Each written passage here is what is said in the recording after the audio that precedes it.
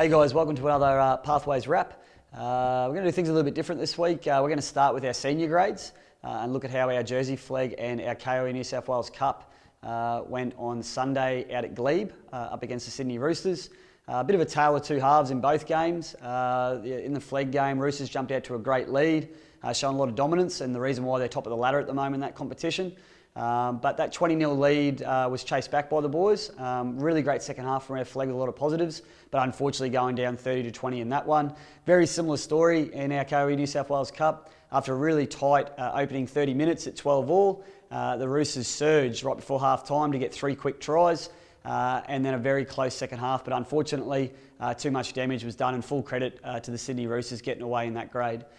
Looking at Friday night, jumping over to Marcelin Fields, where we had our Lisa Fiola record their first ever win in a competition format for the Fiola competition as a club, with a great 54-0 win over the Cronulla Sharks. And in their third outing of the year, our under-16 development boys kept their winning streak going with their third win in that 16s summer program with a 9 tries to 4 win over Balmain. We then move over to Redfern Oval, where on Saturday morning we had 4 games of footy within our pathways. In the Tasha Gale Cup game, defending premiers, the Indigenous Academy, just showed just how powerful and strong and wide they're at that point in the competition. Real learning curve for our girls in that game, unfortunately going down 44-0. Moving on to our Harvey Norman women's, very tight tussle with the Central Coast Roosters. With 10 minutes to go, the scores were locked at 14 all, but a little bit of discipline and injuries on the day unfortunately led to the Roosters kicking on in that one, getting away by 10 points. Our SG ball, unfortunately, in a seesawing affair with the Balmain Tigers, going back and forth all day, went down 26-20. The boys were so close to recording their first win of the season, and hopefully that they're going to get to sing that song once over the next fortnight before their season rolls out after a really tough year with injury. The last game, obviously, to sum up for the week, was our Harold Matthews Cup, who had a great win over the Balmain Tigers, getting up in a pretty dominant affair in that one, getting away 22-10 in the end. Talking about our Harold Matthews Cup, obviously with 2 games in hand, they still are a chance of sneaking into the top 6 in that competition. Let's have a look back at that game on the day and see how that win played out.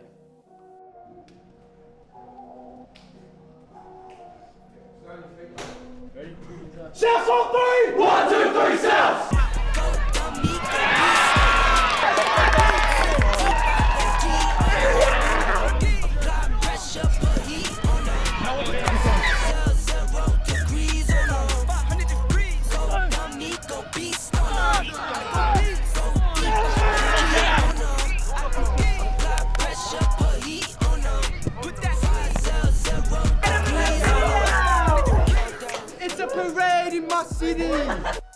Great to recap that game for our Maddies crew from last weekend, and fingers crossed that after a really good month of footy for those boys, 2 games in hand, both here at Redfern, all they can do is give themselves the best chance to sneak into that final spot. Looking ahead to games this weekend, there is a feast of footy across our pathways, and it's all on Saturday. If you can try and find a venue to get to.